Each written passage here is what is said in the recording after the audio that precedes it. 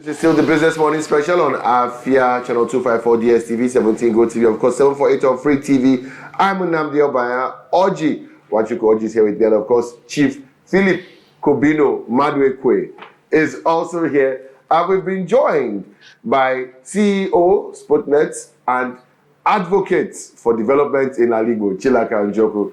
You're probably the most passionate advocate I know for development in the region. Good morning. Good to have you here. Thank you very much. Welcome. Morning. So before we take that break, you were about to ask a question. Yeah. So I think we should continue from there. Okay.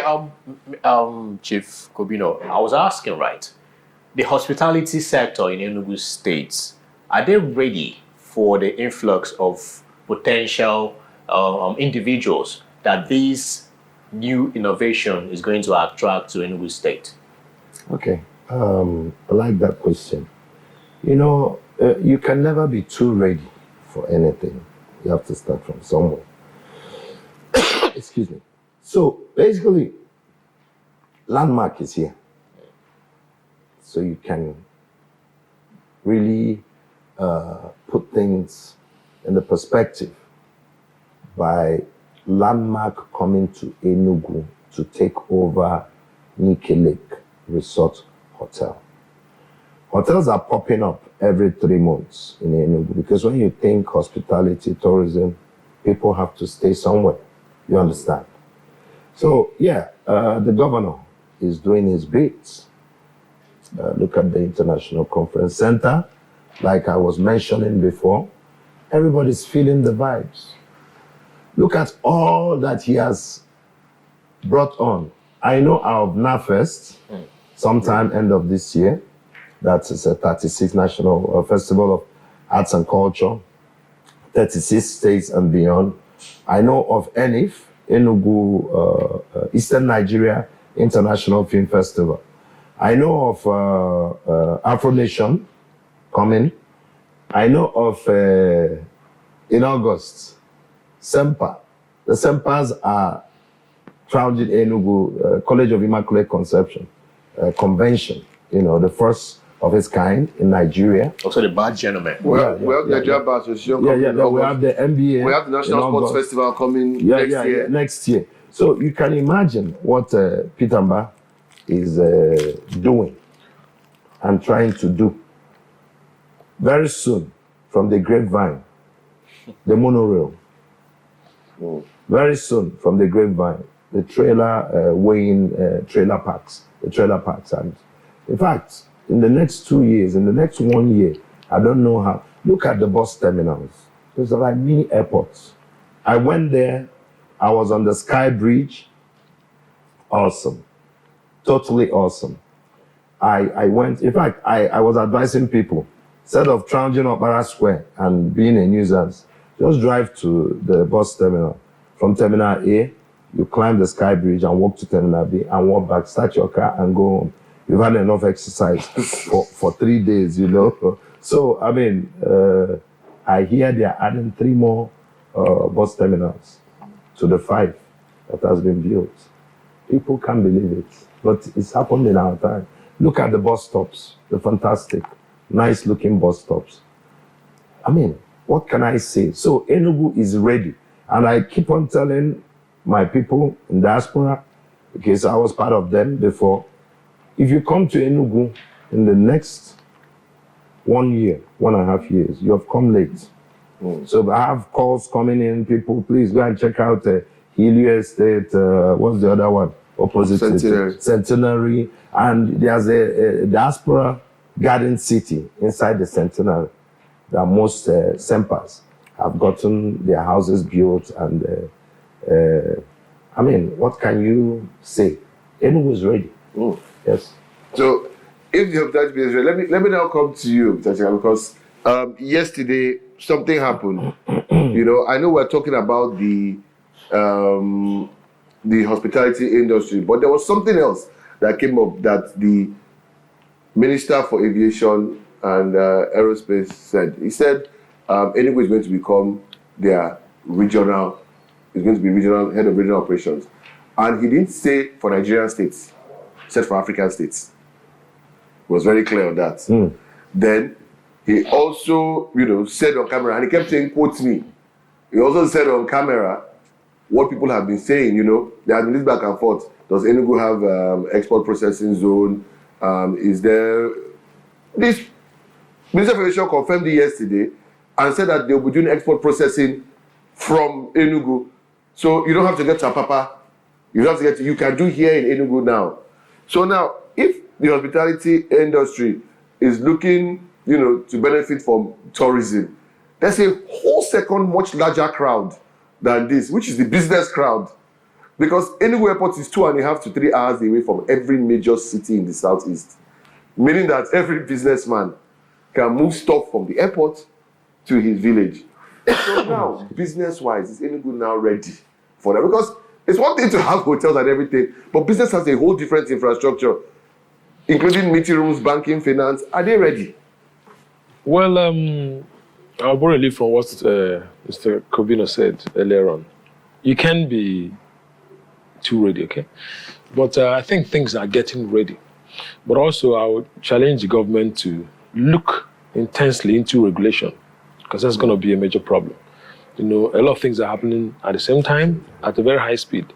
So if you not regulate it, the tendency for things to deviate or fall apart is very high, mistakes and errors. And when you're looking at tourism, people's first experience goes a long way to determine whether they're coming back or not. So if you're looking at tourism, then you're going to have minimal exposure to error and mistakes. Now, I'll go back a little bit to the airline, because I've been aching to talk about it. It's one thing to start up an airline. I can tell you for sure that the money invested in that airline was borrowed from somewhere without asking questions, because I know the amount of money required. Yes. Now, the question is, how is this money going to be paid back? There's only one way to do it right, is to make sure that that airline is efficient. Have the kind of staff that will make the customers want to fly it a second time. Have the level of efficiency in safety and maintenance of the aircraft to ensure that people will want to fly it a second time. Also have the timing of the flights. I tried to look at the management company. XEJET. Yes, yeah. I went to their website to look at the time of the flights. I saw a flight from Lagos to Enugu, 7 o'clock. Airpeace flies Lagos to Enugu, 6:50. United Nigeria flies Lagos to Enugu, 7 o'clock. Why are you fixing your own? Are you looking at a new niche, or you want to crowd up one space? What about 10 o'clock? What about 11 o'clock? What about evening flights that nobody flies today into Enugu? There's a whole bunch of opportunities sitting in those spaces. So they have to, as well as you handed over. Could it be because a lot of people, particularly on Mondays and Fridays, they are always oversubscribed? It might be maybe study of the ticket patterns. Maybe they're oversubscribed Monday, particularly Mondays and Fridays. And if you're at the airport, Monday and Friday, first flight. Yes. It's more of a nuisance than any market in the country. Yes. From Lagos to Enugu? Yes, from Lagos to Enugu. Okay, now what of Enugu to Lagos? People need to go to Lagos first thing in the morning. What you see is that people are aligning their movement to what's available. There are people who genuinely want to come back to Enugu 6 p.m. in the evening after their business in Lagos. Yes. What about that space? So you have to find a point where convenience of the Enugu people meets efficiency of the airline as a business. So there's no sentiment. It's a business. It has to be run professionally. And the staff needs to be trained regularly. So as well as they've handed it over to a management company, they have to do oversight function as the owner. You understand what I mean? The rest of the stakeholders are the people of Enugu State who can directly be involved. So the government must make sure that on the board, there are people who are professionals in this area that are going to be able to infuse the right kind of balance that it needs to run. So generally, Enugu is, the roads are, we can see them coming up. We need more in security area. I believe that the security apparatus the state set up a while ago is going to kick off soon, because I'm expecting to see their science is not anywhere yet. I hope it comes up and efficiently, because people who are going to come here, the first thing they're going to do is to go online to check about the state. And they start seeing killings here, killings there. All those things need to be managed. You know, you don't keep quiet for people to determine the narrative about your place. You're also sending your own narrative to counter it. Which I agree 100%. Yeah, so there should be a 100%. holistic management of this whole aspiration of the government to bring tourism to the state. It's a very robust area. There are several sectors in the value chain. So the governor needs to be sure that he has the right theme in the tourism sector, watching these things, and make sure that the politics is kept low while the work stays in front. Because I've sensed politics in that sector. So, sorry, I need to bring politics. I need to bring in Chief Kobino, and I also want to answer this question to Senator. You mentioned politics, very, very key. Yesterday, when the minister was talking, he said he was telling the operators, he said if the governor comes 2 minutes late, lock the door and fly off, lock him out. Governor, do you agree? Governor said, I agree. But you know, it was funny. It was serious. But I think all of us are old enough to remember standing at the counter of Nigeria Airways, and you're there ready to board your flights, and they say, 1 minute, please.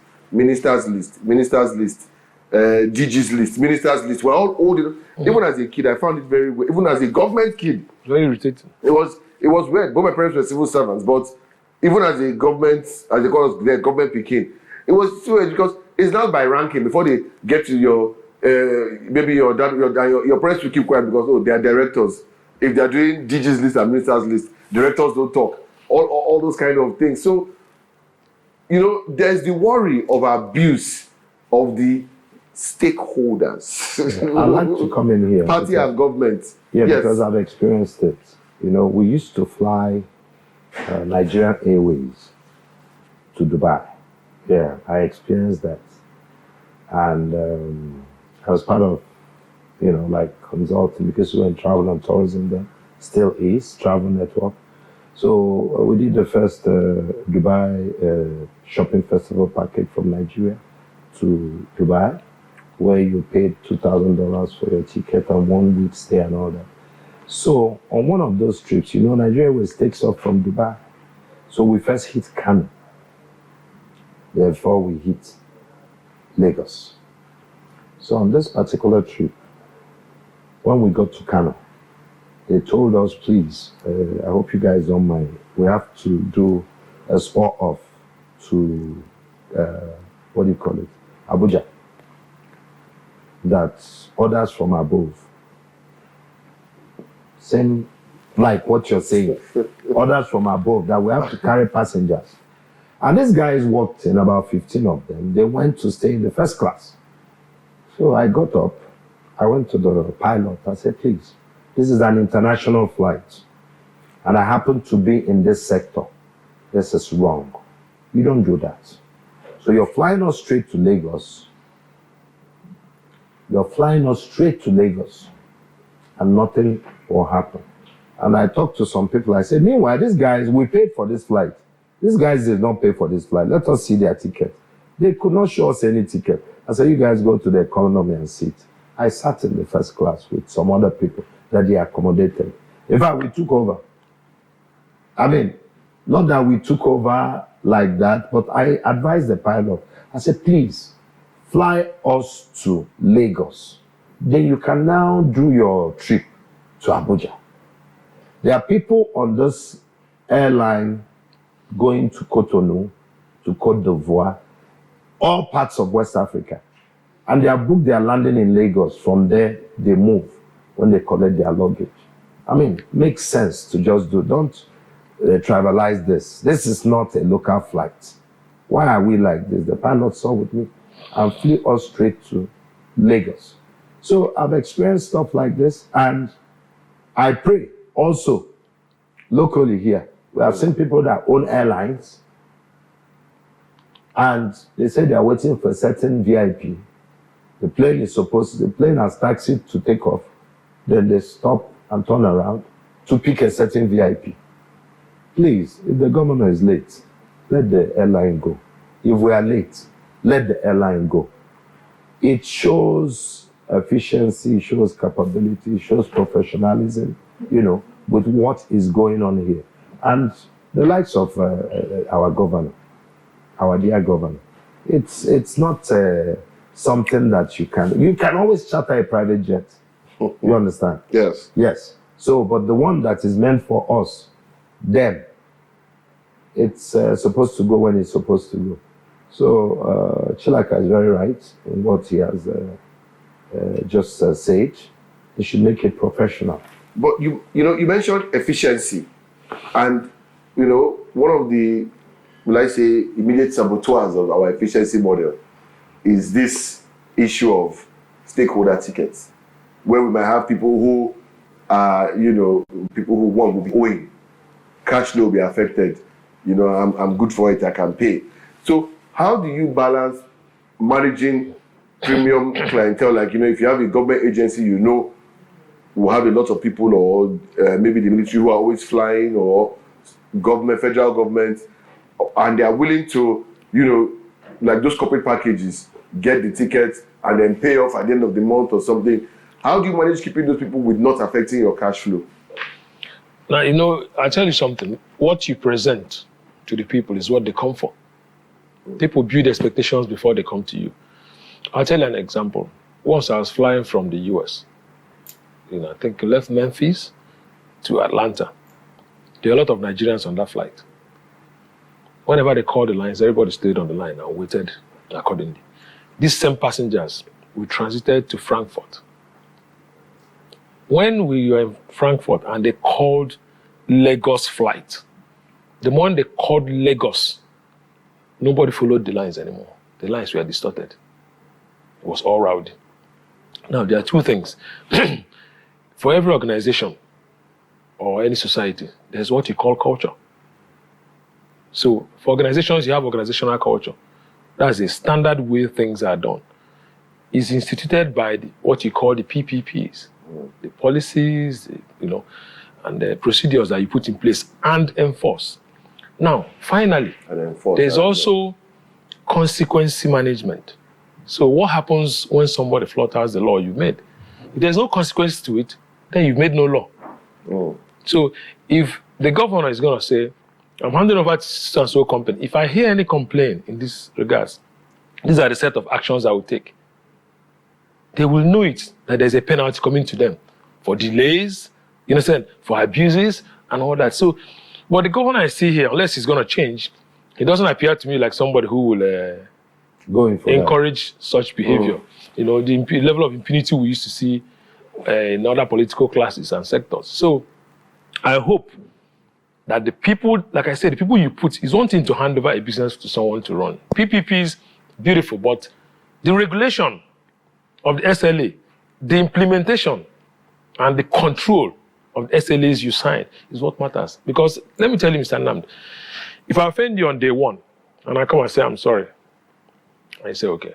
I come on day two, I offend you again, I say, I'm sorry. I say, okay. I'm going to offend you on day three. Yeah. Trust me. So, but if after the first day, I come to you and say, I'm sorry, it's okay to be sorry, but this is a punishment, do it. I lose 10 million naira. I come the second day, I pay 10 million naira. I won't do it at all time. So, consequence management is one thing that we're lacking in this part of the world. And I expect anybody who says he's a government official or a managerial staff to be willing and committed by leading the way in making sure that this is totally implemented at all times. Okay. So, is this the turning point we've all been waiting for to have that boost? Because apparently, when Governor Peter Mbah came into the office, he made a pronouncement that is very loud. I would take $4.4 billion economy to $30 billion economy. Now, is this that pathway to, leading to that economy boom, that revenue generation? As you stated too, if we dig deep, we realize that the money is used to start up this institution borrowed. But yes, we have to recoup those revenues. Are we on the right trajectory? I think we are. It's just one aspect. Because if you want to do tourism, you have to have how the people are going to come in and where they're going to stay. And then the experience they're going to have here. So I also hear that quite some money has been earmarked for the tourist centers across the state for their revamping and upscaling. So the governor, at this point, I have no choice to believe what he says because he's doing what he says. So there's a lot of things. And some people ask, why are we building hotels? I personally tried to ask that question to his commissioners when I meet with them. I say, why? And they come up with answers that make sense. If you're looking at tourism, you must have the right accommodation. Poor people are not the people who tour.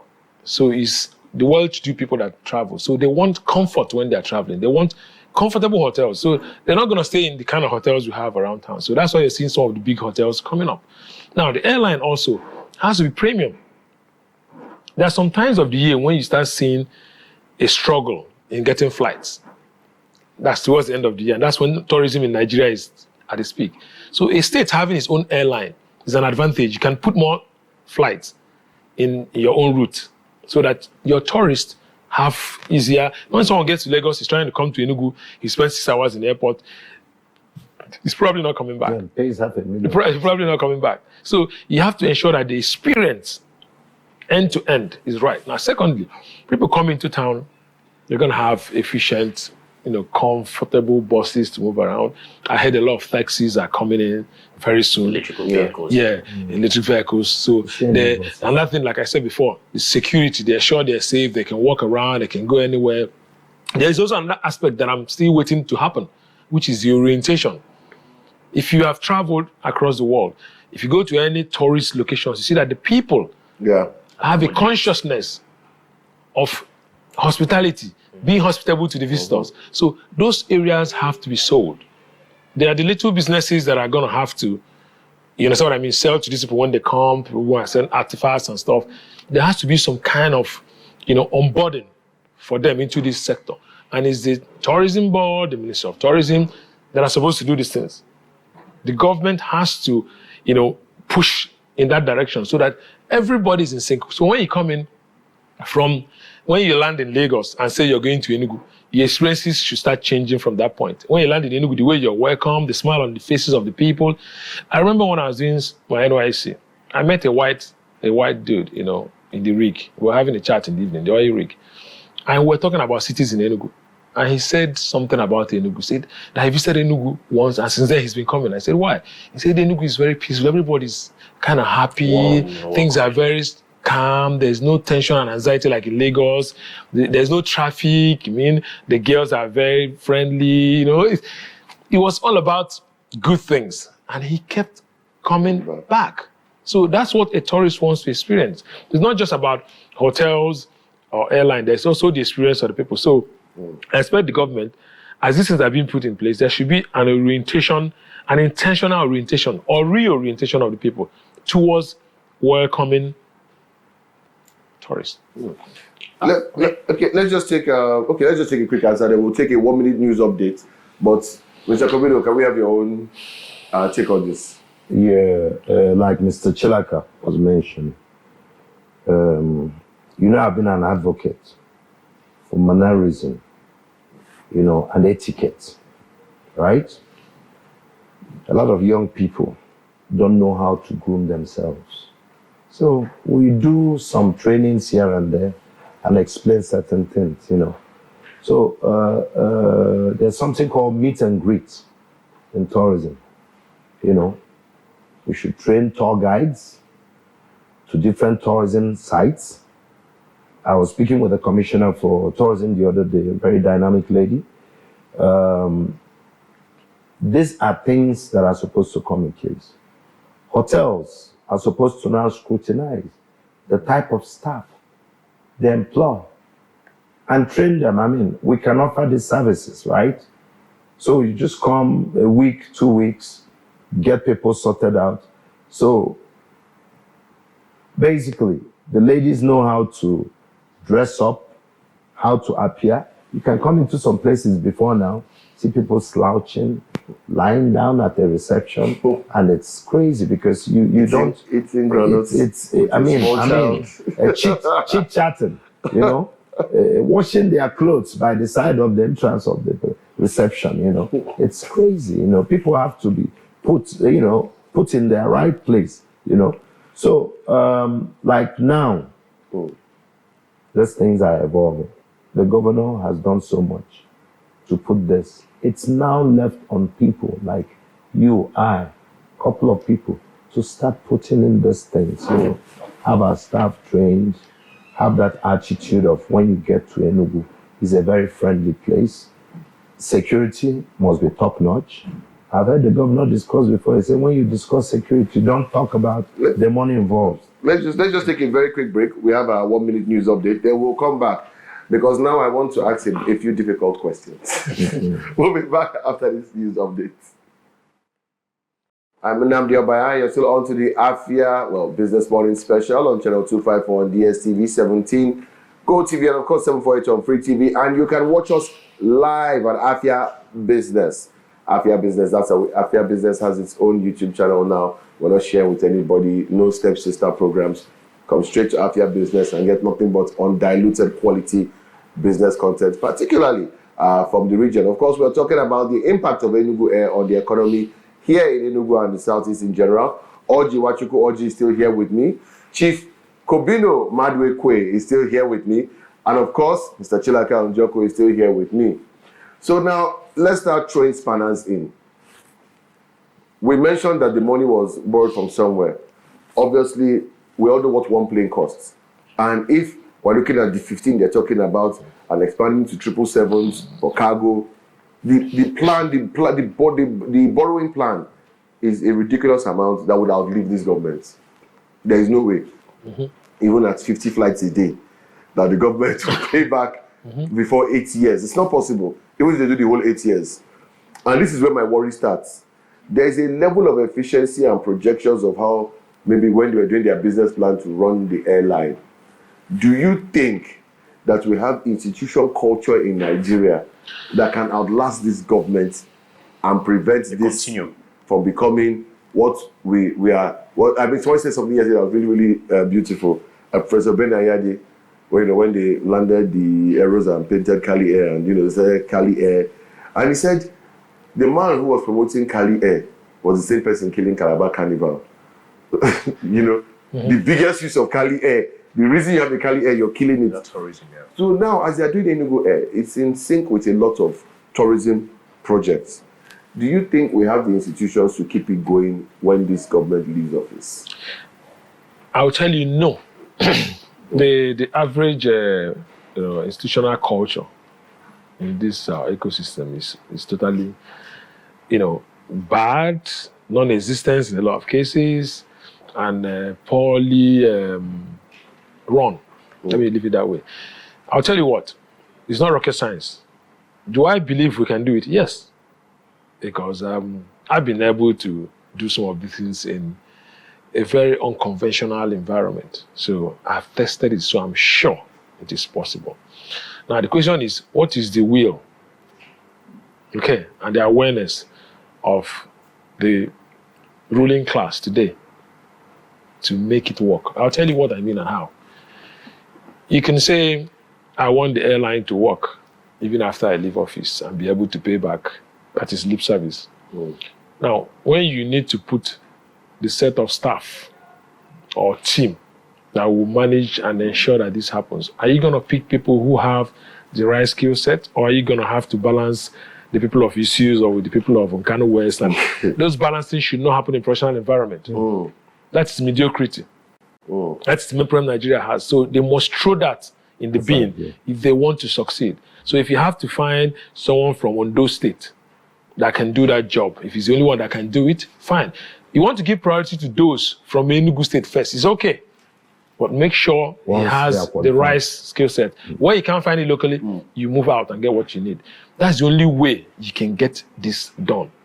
You understand? If you bring in any form of sentiment, emotion, or politics in professional practice, yes, there's an element of politics, but it should be at the background.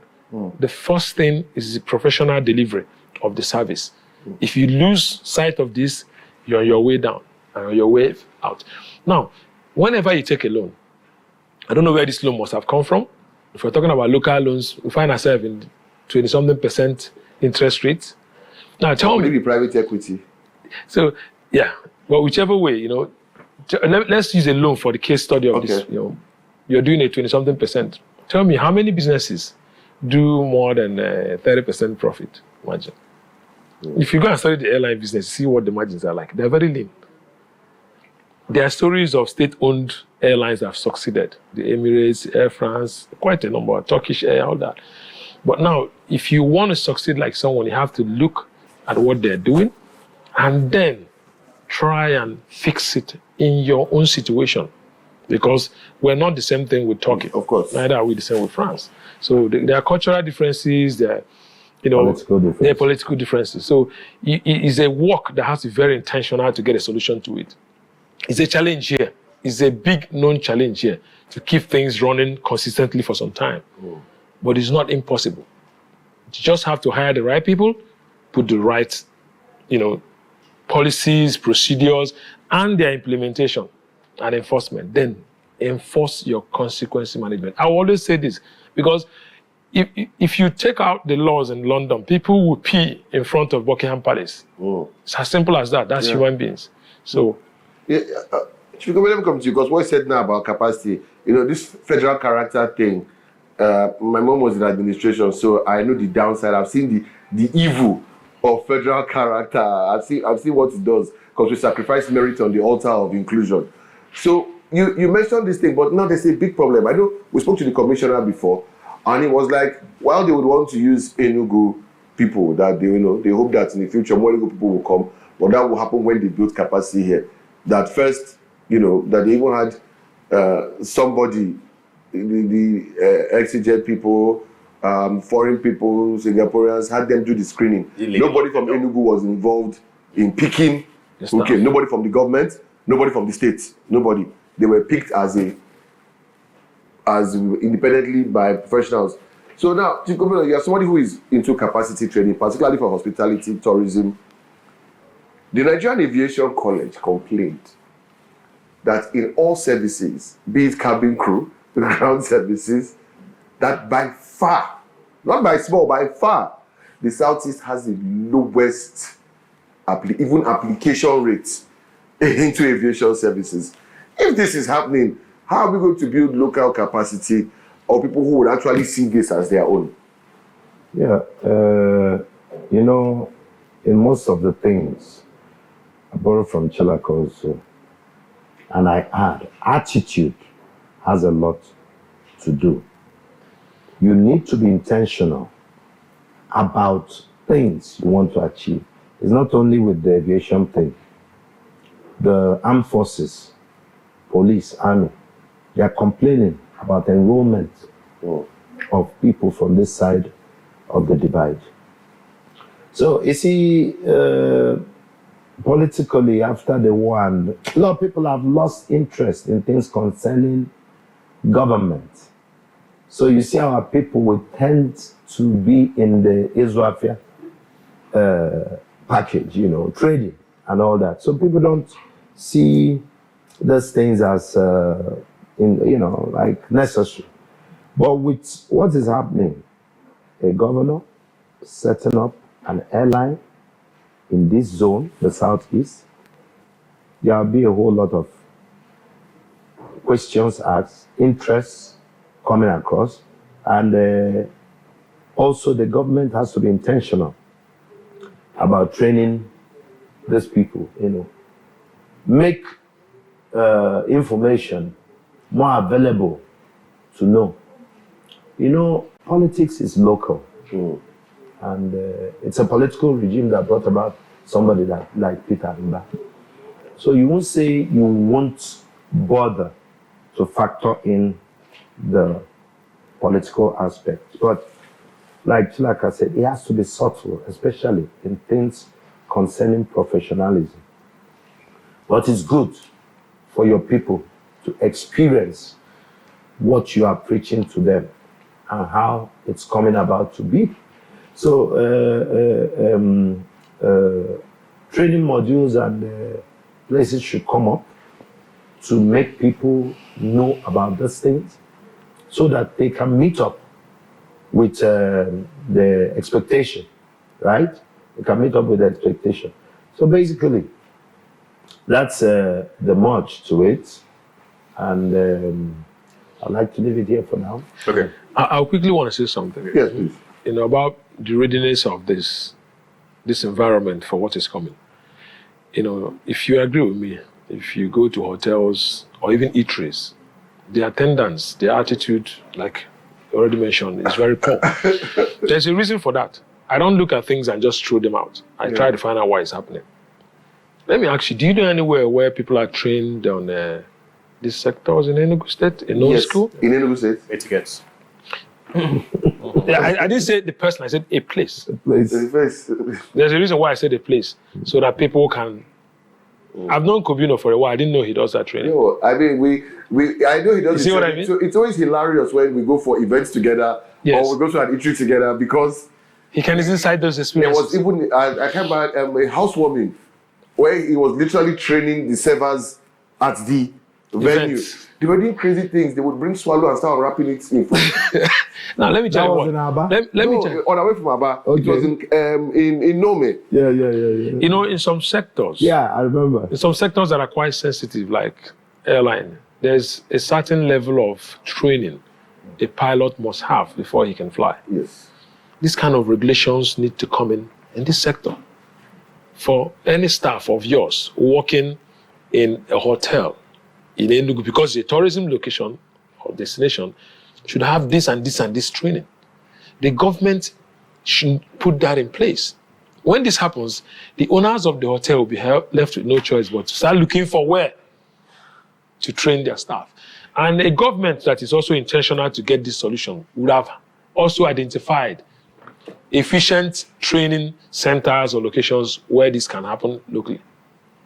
Now is the time for those kind of businesses to be scrutinized, like his own, Who to be monitoring? scrutinized. There's a tourism ministry, there's a tourism board. Their job is not to build parks. Their job is to sustain regulation. Thank you. And It's not thank maintaining you. and running parks Mr. Chilaka. like Unity Park. That's no job. So the regulation, the standardization is what they're supposed to be doing. They should ensure that when I walk into any hotel, the staff I'm going to see in the front desk are as professional as the ones I see in Dubai. You enforce it on the hotels. Who goes around to check the standard of things? Is there any regulatory body in Enugu State that goes to check the standard of hotels and the rooms and the services, the quality of water and all that? Does anybody do that? Someone thinks that sitting being a tourist, the person in the tourism board, you just build Unity Park and then collect 2K from people to get in there. That is mediocrity. That is incompetence embossed. Yes. So the governor should listen to this and bring in people who have the right skill set. Or sometimes people might have the right skill set, but if there's no enforcement or regulation, they might deviate and start bringing their cousins. I'll tell you what, I used to be in a very technical environment. I'm an engineer. When I want to hire, people will be calling me, friends and relatives. My brother wants this job. On one or two occasions, when I was still quite young, I did take one or two people. And I tell you what, their inefficiency within 1 month starts stressing me out.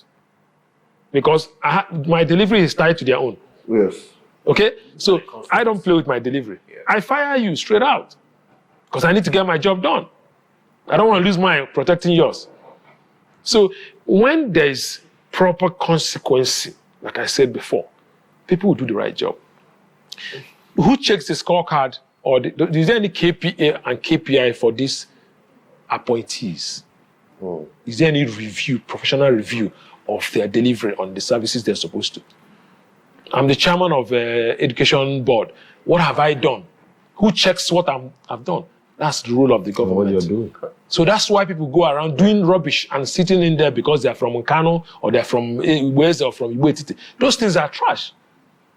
Those things are trash. So if you say governance is an end-to-end thing, it's not about driving around in black jeeps. You have to be ready to work before you say. That's why I keep saying I am not ready for politics yet. When I'm ready and I decide to go in, it's a life, it's a sacrifice. Yes. Your whole life goes into it. Yes. Your family is going to suffer.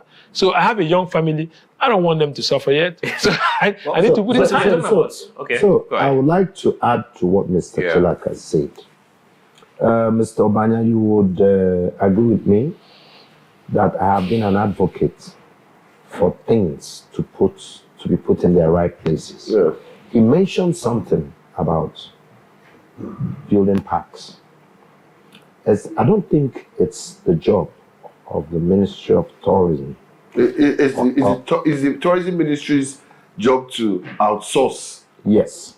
Who will do it? Yes, but and even run it. But with guidance about Regulation. Like you said, regulation. Yeah, so that's all what you I'm regulate. saying is that we see people in tourism, for tourism board, Minister of Tourism, especially the people that are building parks up. It is not for a park to be built up. There used to be there's a street in Trans-Ekolo called Damija Street. It is not out of the blues. There was a man called VP Damija, an Indian. I experienced him. They set out the Open Spaces Commission, and it was strictly for eco-tourism. You can see it's the flame of the forest. As I'm even looking out of the window here, I can see flame of the forest in the blue. Those things were planted intentionally in the city of Enugu to beautify. If you go around the Ora Square ICC, there are certain times of the year you see some flowers, some trees blossoming flowers, lilac and the rest. It adds to the beauty. Right now, there are so many trees and plants in Enugu that are very old. Aging. The other day, they are aging, they're over 50, 60 years old. We went to Nikelek. I was just mentioning the tree behind. We came last week and it had fallen. If it was near the hotel, it would have fallen on top of a roof and it would be fatal. Which the tree behind Nikki Lake Resort? Yes, there's a tree behind there, a big one. Did it fall into the water? No, it didn't fall. It just fell on its own. So most of these aging plants, they need to be taken care of. I'm an advocate for it. There's a passion. When it's raining, even to drive on Bisala Road, It become risky. you're very careful. If you drive along Bisala Road, you can see a lot of trees with hollow inside. It's no longer, it's just there. It will take 4 hours rain to bring it down and it can crash into people. There was one accident last week. In fact, that guy, he was so traumatized. The first tree hit the bonnet, pushed out the engine. Then the other one hit, so he was just in between.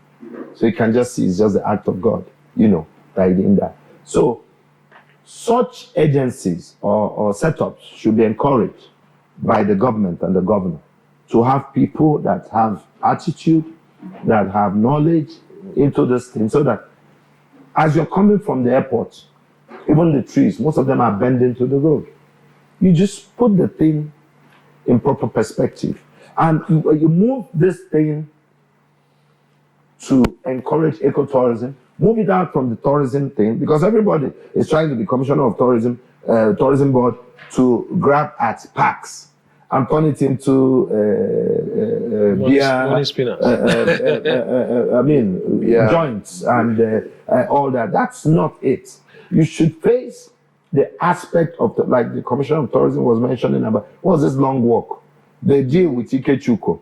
Okay, this the consultant bridge that the canopy walk, which is going to be the longest in the world. Yeah.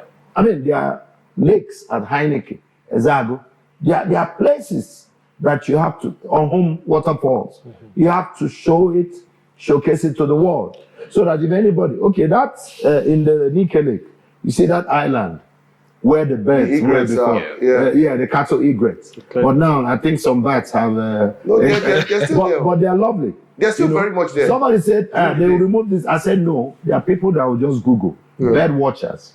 Yeah, I brought and nature people. Funny, they will just Google and come to Enugu. Funny you should say this. Just for it. My friend Mujib, actually, from Lagos, took him there because he's a bird watcher. They actually came somewhere around 9th Mile. They were doing bird watching. Entered inside the bush because he was like he had been afraid to come. But Obaya is living in Enugu. Obaya is safe, and I said, "Come." So there are these things. I wanted to ask a question before I go on. I know the time there was a meeting I had with you and another woman, which was about the setting up of the hospitality training school to give standards to different types of, if you're going to be luxury hotel, regular hotel, the kind of people. And I remember that time we had the meeting because we were supposed to even do something on when it even started. We were after going to come in and even on radio be giving tips. And What happened when you met the Ministry of Tourism, the tourism board? There was still a lot of confusion, and you found out that people didn't actually know what and where they were going. So, and also... So you brought the solution to them of what they should really do. Well... And nobody knew it was a solution. Well, let me not lie. Yeah.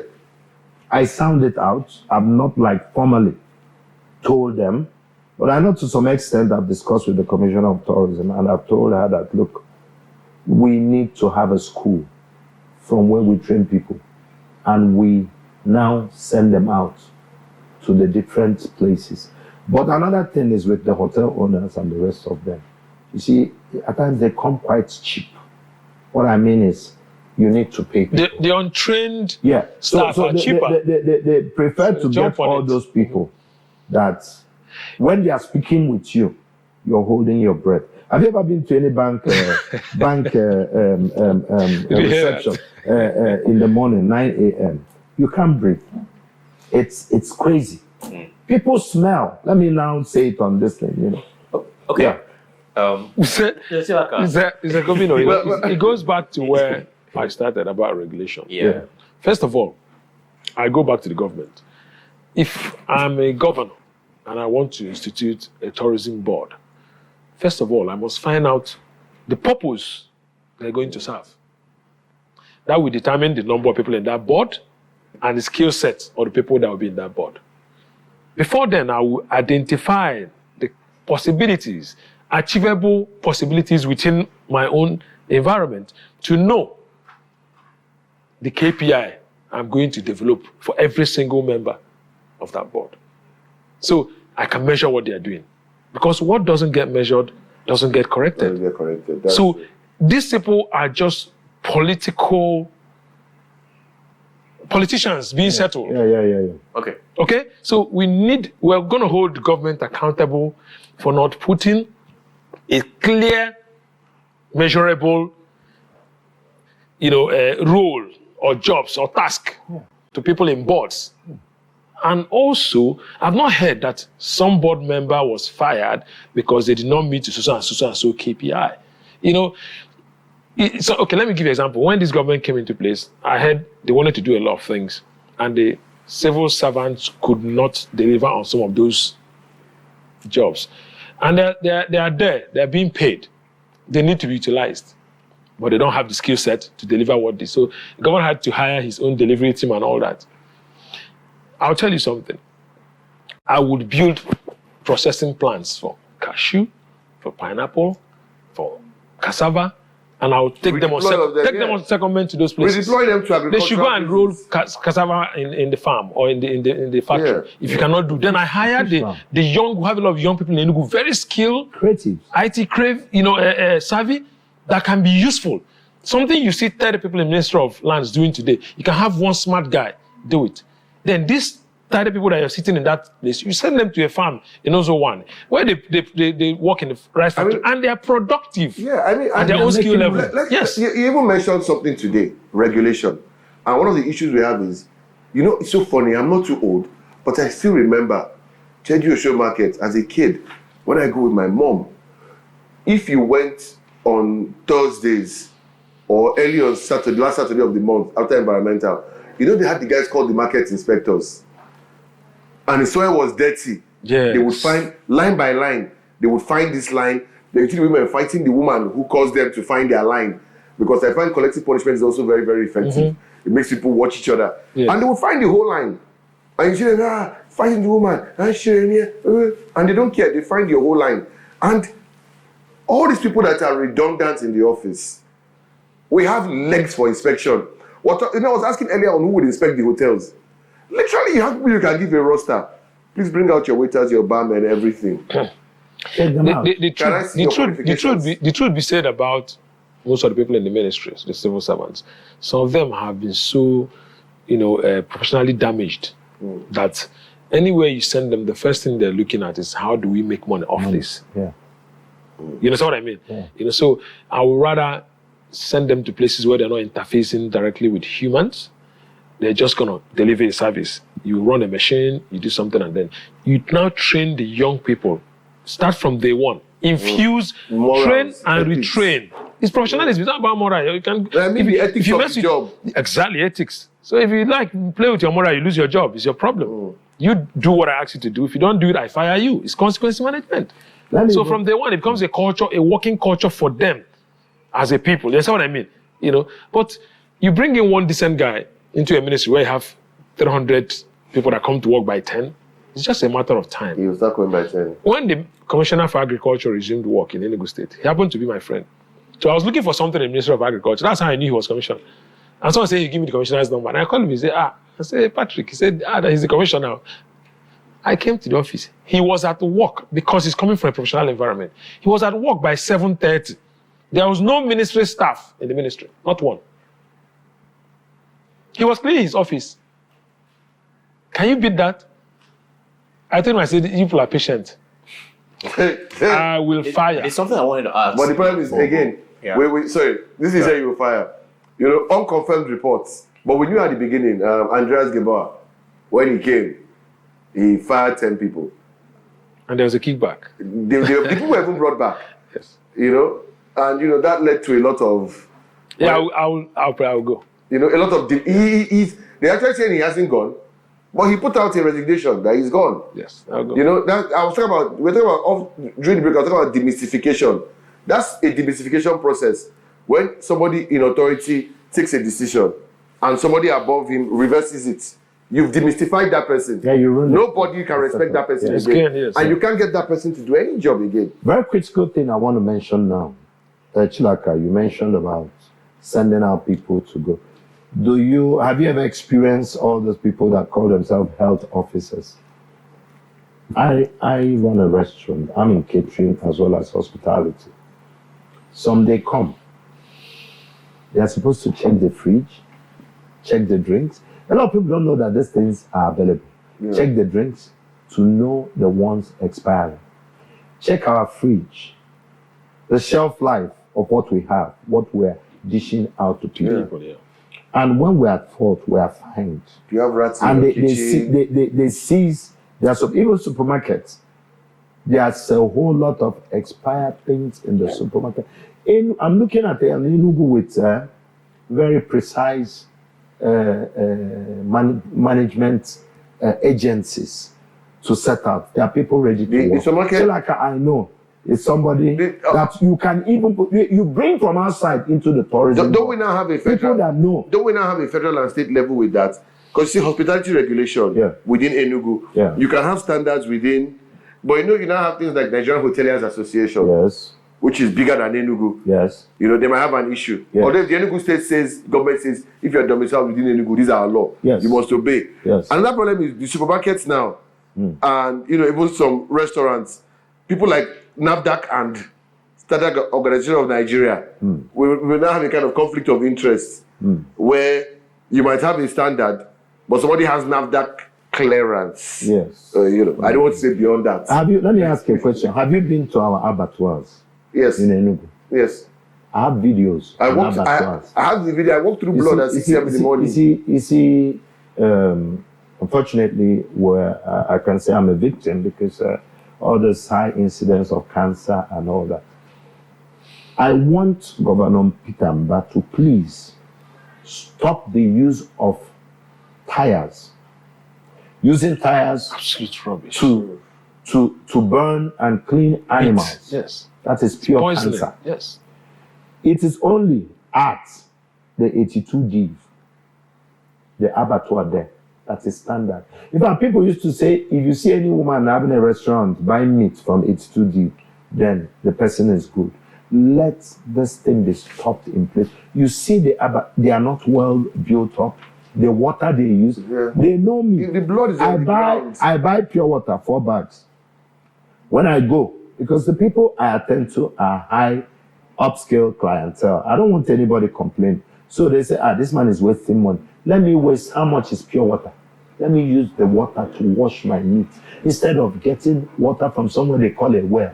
And you see the meat they are cutting for you, And the place, What amazes me oh is my this goodness, slaughter the governor is open. The blood is a carpet. It's everywhere. People are walking through it, walking. But you see the thing you said about, I think we need to give some credit at this point, because this thing of using tires to burn, in Abia now, they've banned it, and the cattle markets, they're collecting the animal feces for biofuel, and they're setting up the biofuel systems so that biofuel will be used to create fires, to do what they are doing with burning tires, roasting hides and skins instead of using tires. And they see what happened like in 2 Lagos. months back. The commissioner shut down that market, that abattoir, last week or last 2 weeks. They weren't complying. Oh, they shut them down. You see, and they behaved immediately. Okuoba and some other No, they shut them. They shut them every AK market day. The thing is, you see, some of these things we're talking about now is only who knows. It starts from the hiring of the commissioner, the members of the tourism board, staff of the ministry. Are they trained? Has been someone joined the ministry 20 years ago. A lot has evolved professionally in 20 years. When last were they trained at all? I mean, training and retraining. We're talking about companies that will do some of these trainings. A government that wants things to work will say, you know what, any person that's going to set up any training outfit in the tourism sector, that we're going to invest 30% of your capital. Thank you very much. Incentivize it. We're going to give you tax rebate. We're going to, things that will make more people go into the sector. The field and the sector. Well, you see, one man can't do this. That's why the governor has commissioners. So I expect the commissioners to be able to do it.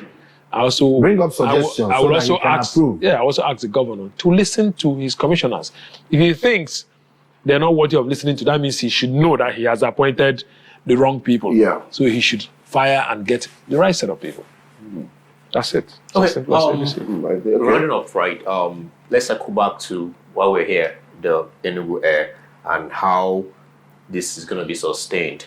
The pitfalls, how to avert, and also Enugu State's trajectory is changing when it comes to leadership. And as a business consultant, right, your advice to the kind of leaders we're meant to be gunning for in Enugu State, because this is going to outlive the leadership of Governor Peter Amba, right? Who is the next person who's going to take up the mantle? What are we meant to be looking out for? Because if we get the wrong person, all these things they hopefully to become private jets. It's going to diminish. Yeah, for example, there are a couple of Enugu State citizens who are doing well professionally and have shown interest in investing in the state. I don't know them, but I can talk about the businesses. Somebody owns Tennessee. I don't know who that is. It's a company that is doing a lot in and outside of Enugu. Someone who owns Afri Invest. Yeah. These are professionals. Someone built Centenary City. These are the kind of people that, if they have any interest in politics, we should throw our weight behind. Because it's clear now that people who have actually invested in the private sector and succeeded are capable of running governments more efficiently than the traditional politician. Of course. So we look at this, we look at their age brackets, look at their interests, because if someone doesn't have interest, he doesn't have interest. But you can also draw people into the areas that don't have interest. P2B never had interest in politics. So the stakeholders in the state, instead of looking for people who are loyal to them, they should look at people who are efficient. So you don't have to call anybody to give your son a job. So there will be jobs. Okay, look at what we're talking about, all this regulatory, privatizing regulation. This is going to create new sectors in the value chain of tourism. Yeah. This same thing exists in other sectors. Yes. In education. The teachers, we complain about teachers, but how many teachers are getting training? And what type? Who is regulating the kind of training? Is it aligned to the educational objectives of the state? Now we're building smart schools everywhere. Good enough, the governor is training the teachers. But he must institute a culture and a regulation with consequences that says these teachers have to be trained and retrained annually or biannually in so and so areas as aligned to the development and evolution of the sector, the educational sector. We have, healthcare centers coming up in every ward. Look, I can see some things happening with nurses training, nursing schools coming up, but also they need to make it, institute it, and put it into law with proper consequences to ensure that it outlives Pit and Bar. Because the tendency is that the moment Pit and Bar leaves, who knows who comes in? Now, some of the governors, when they leave, they don't want someone who's going to do better than them. They want their legacy to live on. So they pick weak succession. Yes, they do it. Mediocre. I even heard that they take money from the people who are coming in. Because a lot of things happened between when we had Sullivan here. Everybody was happy. We were relatively impressed with his achievements. If only we had Pit and Bar after him. I've heard that. I can tell you that Enugu would have been somewhere we would all like today. So it's a challenge. That's the highest gift Pit and Bar is going to give to Enugu State people. Look at this kind of men I've mentioned. I don't know, the two I mentioned, I know these companies belong to Enugu State people. Afrinvest, Tennessee, the other companies, the other big companies that belong to Enugu State people. Look at those kind of people. Start talking to them now. You understand? Those who have shown capacity, interest in the state. It's not an Enugu State businessman who is doing business elsewhere. Those who have shown interest in the state. Not those who come and sell the state to the outside business community. Because any business you come here, the first thing the governor tells you is engage the Enugu business community first. If the opportunities, look for source within Enugu first. When you can't get there, you can go elsewhere. That's how to build the economic ecosystem of the state. Yeah, let me add to what you just said. Yeah, you mentioned those people that we know. But within the governor's enclave, there are some of his commissioners that we know that have been into private enterprises. Most of them. Like Commissioner of Transport. Yes. I mean, as this logistic thing, going the Kobo, as the guy that brought Uber and all that, Commissioner of Agriculture, like you mentioned, and a couple of them, Jerry, Commissioner. So he should also look from within, because he's setting up the standard. And these people, the speed of Pit and Bar is too much. As a guy that had a proposal for something and he came into town and was saying, he's waiting. They said they've already carried out this thing. The project is going on. And he checked. And the guy was saying, what type of a man is this? His speed is too much. We're used to regular, you have a proposal, you come, red tape. Red tape is the most efficient thing the government produce. The civil servants will do their own. And do you know their jobs Pit and Bar has given out? That people are wondering, why didn't he come? How come we don't know? But you see, look at the beautification of Enugu. He didn't have to wait for it to go through all this rigorous destiny. He said, this man, can you do this job?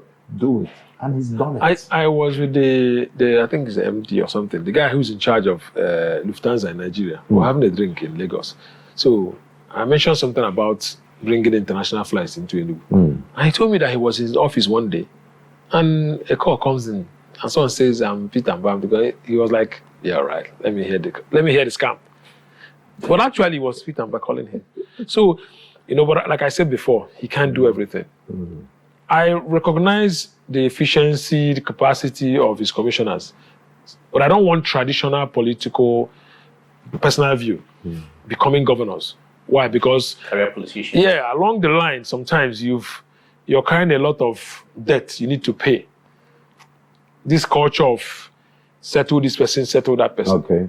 You understand what I mean? Okay. So I want people who can... No, it's just for the efficiency. Who have made... Yeah, they can still be part of the team. Those who have made their money on their own, do not owe nobody, no debt to pay back anything. You understand what I mean?